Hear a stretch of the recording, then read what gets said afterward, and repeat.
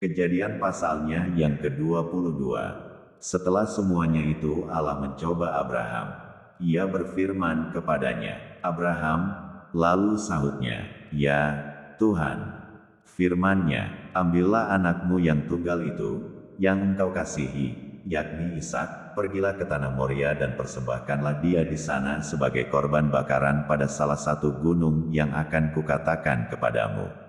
Keesokan harinya pagi-pagi bangunlah Abraham, ia memasang pelana keledainya dan memanggil 2 orang bujangnya beserta Ishak, anaknya, ia membelah juga kayu untuk korban bakaran itu. Lalu berangkatlah ia dan pergi ke tempat yang dikatakan Allah kepadanya. Ketika pada hari ketiga Abraham melayangkan pandangnya, kelihatanlah kepadanya tempat itu dari jauh. Kata Abraham kepada kedua bujangnya itu, "Tinggallah kamu di sini dengan keledai ini, aku beserta anak ini akan pergi ke sana, kami akan sembahyang, sesudah itu kami kembali kepadamu." Lalu Abraham mengambil kayu untuk korban bakaran itu dan memikulkannya ke atas bahu Ishak, anaknya, sedang di tangannya dibawanya api dan pisau. Demikianlah keduanya berjalan bersama-sama. Lalu berkatalah Ishak kepada Abraham, ayahnya. "Bapa," sahut Abraham. "Ya, anakku." Bertanyalah ia, "Di sini sudah ada api dan kayu, tetapi di manakah anak domba untuk korban bakaran itu?" Sahut Abraham, "Allah yang akan menyediakan anak domba untuk korban bakaran baginya, anakku." Demikianlah keduanya berjalan bersama-sama. Sampailah mereka ke tempat yang dikatakan Allah kepadanya. Lalu Abraham mendirikan mezbah di situ, disusunnyalah kayu, diikatnya Ishak, anaknya itu, dan diletakkannya di mezbah itu, di atas kayu api. Sesudah itu Abraham mengulurkan tangannya, lalu mengambil pisau untuk menyembelih anaknya. Tetapi berserulah malaikat Tuhan dari langit kepadanya, "Abraham, Abraham," sahutnya, "Ya, Tuhan." Lalu ia berfirman, "Jangan bunuh anak itu dan jangan kau apa-apakan dia, sebab telah kuketahui sekarang, bahwa engkau takut akan Allah, dan engkau tidak segan-segan untuk menyerahkan anakmu yang tunggal kepadaku." Lalu Abraham menoleh dan melihat seekor domba jantan di belakangnya, yang tanduknya tersangkut dalam belukar. Abraham mengambil domba itu, lalu mengorbankannya sebagai korban bakaran pengganti anaknya. Dan Abraham menamai tempat itu, "Tuhan menyediakan," sebab itu sampai sekarang dikatakan orang, "Di atas gunung Tuhan akan disediakan." Untuk kedua kalinya berserulah malaikat Tuhan dari langit kepada Abraham, katanya, "Aku bersumpah demi diriku sendiri, demikianlah firman Tuhan, karena engkau telah berbuat demikian, dan engkau tidak segan-segan untuk menyerahkan anakmu yang tunggal kepadaku, maka aku akan memberkati engkau berlimpah-limpah dan membuat keturunanmu sangat banyak seperti bintang di langit dan seperti pasir di tepi laut, dan keturunanmu itu akan menduduki kota-kota musuhnya. Oleh keturunanmu lah semua bangsa di bumi akan mendapat berkat, karena engkau mendengarkan firman-Ku." Kemudian kembalilah Abraham kepada kedua bujangnya, dan mereka bersama-sama berangkat ke Bersheba, dan Abraham tinggal di Bersheba. Sesudah itu Abraham mendapat kabar, juga Milka telah melahirkan anak-anak lelaki bagi Nahor, saudaramu, Uz, anak sulung, dan Bas, adiknya, dan Kemuel, ayah Aram, juga Keset, Hazo, Pildish, Yitlaf, dan Betuel. Dan Betuel memperanakkan Ribka. Kedelapan orang inilah dilahirkan Milka bagi Nahor, saudara Abraham itu. Dan gundik Nahor, yang namanya Reuma, melahirkan anak juga, yakni Tebah, Gaham, Tahash, dan Maaka. Kejadian pasalnya yang ke-23. Sarah hidup 127 tahun lamanya, itulah umur Sarah. Kemudian matilah Sarah di Kiryat Arba, yaitu Hebron, di tanah Kanaan, lalu Abraham datang meratapi dan menangisinya. Sesudah itu Abraham bangkit dan meninggalkan istrinya yang mati itu, lalu berkata kepada Bani Het, "Aku ini orang asing dan pendatang di antara kamu, berikanlah kiranya kuburan milik kepadaku di tanah kamu ini, supaya kiranya aku dapat mengantarkan dan menguburkan istriku yang mati itu." Bani Het menjawab Abraham, "Dengarlah kepada kami, tuanku. tuanku ini seorang raja agung di tengah-tengah kami, jadi kuburkanlah istrimu yang mati itu dalam kuburan kami yang terpilih. Tidak akan ada seorang pun dari kami yang menolak menyediakan kuburannya bagimu untuk menguburkan istrimu yang mati itu.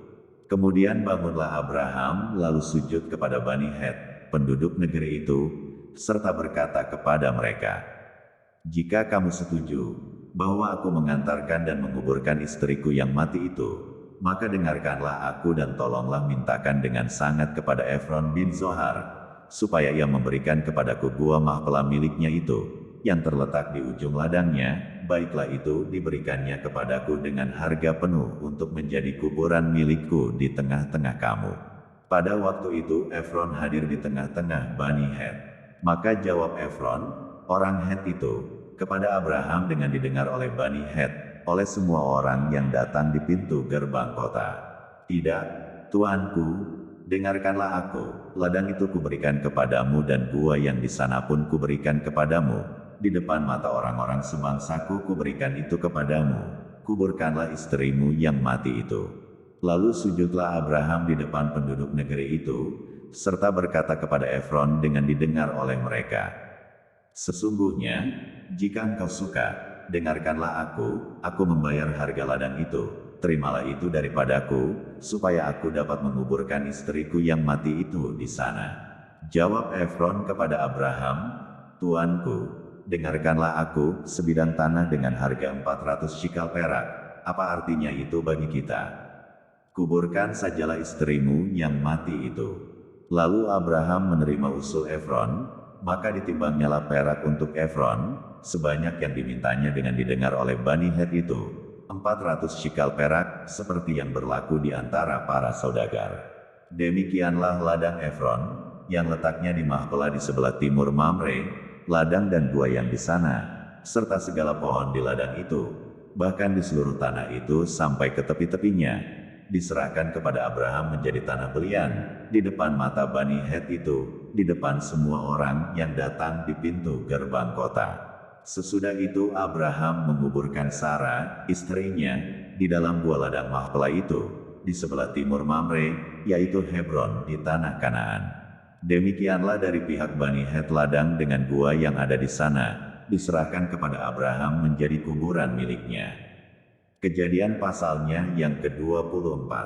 Adapun Abraham telah tua dan lanjut umurnya, serta diberkati Tuhan dalam segala hal. Berkatalah Abraham kepada hambanya yang paling tua dalam rumahnya, yang menjadi kuasa atas segala kepunyaannya, katanya, "Baiklah, letakkan tanganmu di bawah pangkal pahaku, supaya aku mengambil sumpahmu demi Tuhan, Allah yang empunya langit dan yang empunya bumi, bahwa engkau tidak akan mengambil untuk anakku seorang istri dari antara perempuan Kanaan yang di antaranya aku diam. Tetapi engkau harus pergi ke negeriku dan kepada sanak saudaraku untuk mengambil seorang istri bagi Ishak, anakku." Lalu berkatalah hambanya itu kepadanya, "Mungkin perempuan itu tidak suka mengikuti aku ke negeri ini. Haruskah aku membawa anakmu itu kembali ke negeri dari mana tuanku keluar?" Tetapi Abraham berkata kepadanya, "Awas, jangan kau bawa anakku itu kembali ke sana. Tuhan, Allah yang empunya langit, yang telah memanggil aku dari rumah ayahku serta dari negeri sanak saudaraku, dan yang telah berfirman kepadaku, serta yang bersumpah kepadaku, demikian. Kepada keturunanmu lah akan kuberikan negeri ini, dialah juga akan mengutus malaikatnya berjalan di depanmu, sehingga engkau dapat mengambil seorang istri dari sana untuk anakku. Tetapi jika perempuan itu tidak mau mengikuti engkau, maka lepaslah engkau dari sumpahmu kepadaku ini. Hanya saja, janganlah anakku itu kau bawa kembali ke sana." Lalu hamba itu meletakkan tangannya di bawah pangkal paha Abraham, tuannya, dan bersumpah kepadanya tentang hal itu.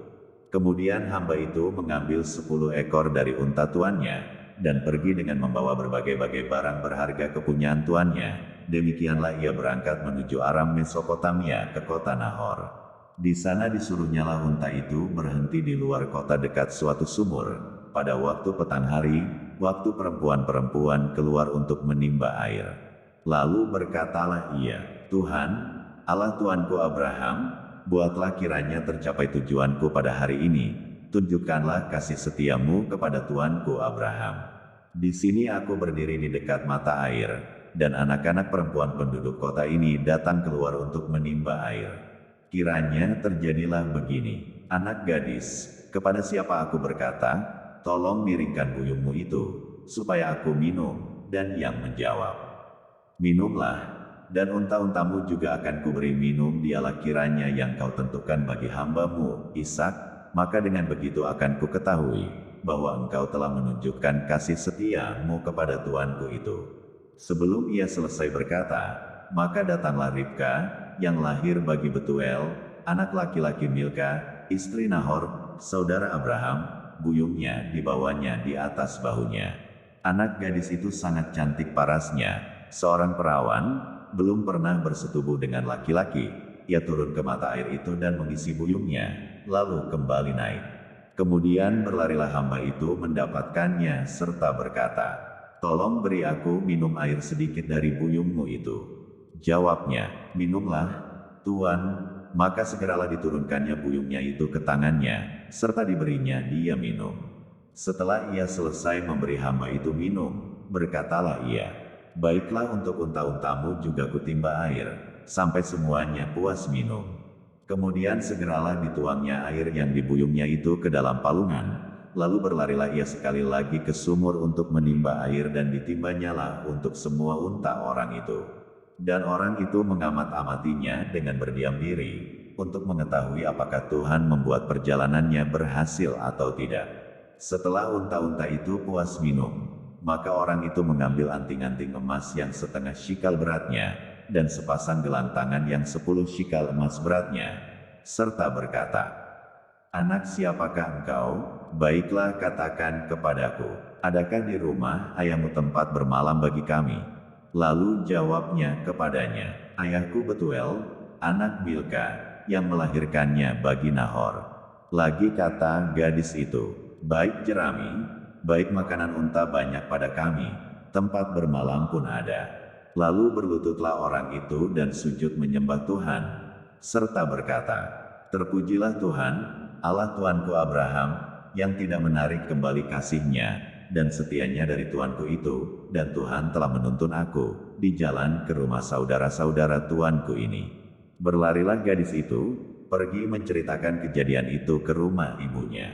Ribka mempunyai saudara laki-laki, namanya Laban. Laban berlari keluar mendapatkan orang itu, ke mata air tadi. Sesudah dilihatnya anting-anting itu, dan gelang pada tangan saudaranya, dan sesudah didengarnya perkataan Ribka, saudaranya, yang bunyinya, begitulah dikatakan orang itu kepadaku. Ia mendapatkan orang itu, yang masih berdiri di samping unta-untanya di dekat mata air itu, dan berkata, marilah engkau yang diberkati Tuhan, mengapa engkau berdiri di luar, padahal telah kusediakan rumah bagimu, dan juga tempat untuk unta-untamu. Masuklah orang itu ke dalam rumah. Ditanggalkanlah pelana unta-unta, diberikan jerami dan makanan kepada unta-unta itu, lalu dibawa air pembasuh kaki untuk orang itu, dan orang-orang yang bersama-sama dengan dia. Tetapi ketika dihidangkan makanan di depannya, berkatalah orang itu, aku tidak akan makan, sebelum kusampaikan pesan yang kubawa ini. Jawab Laban, silakan. Lalu berkatalah ia, aku ini hamba Abraham. Tuhan sangat memberkati tuanku itu, sehingga ia telah menjadi kaya. Tuhan telah memberikan kepadanya kambing domba, dan lembu sapi, emas dan perak, budak laki-laki dan perempuan, unta dan keledai. Dan Sarah, istri tuanku itu, sesudah tua, telah melahirkan anak laki-laki bagi tuanku itu. Kepada anaknya itu telah diberikan tuanku segala harta miliknya. Tuanku itu telah mengambil sumpahku.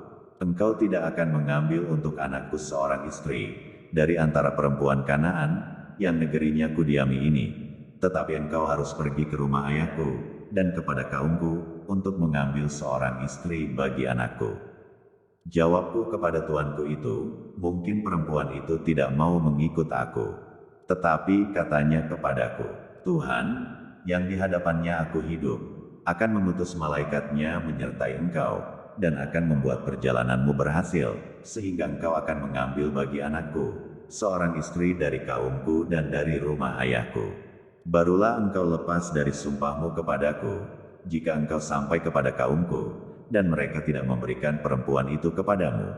Hanya dalam hal itulah engkau lepas dari sumpahmu kepadaku. Dan hari ini aku sampai ke mata air tadi, lalu kataku, Tuhan, Allah Tuanku Abraham, sudilah kiranya engkau membuat berhasil perjalanan yang kutempuh ini.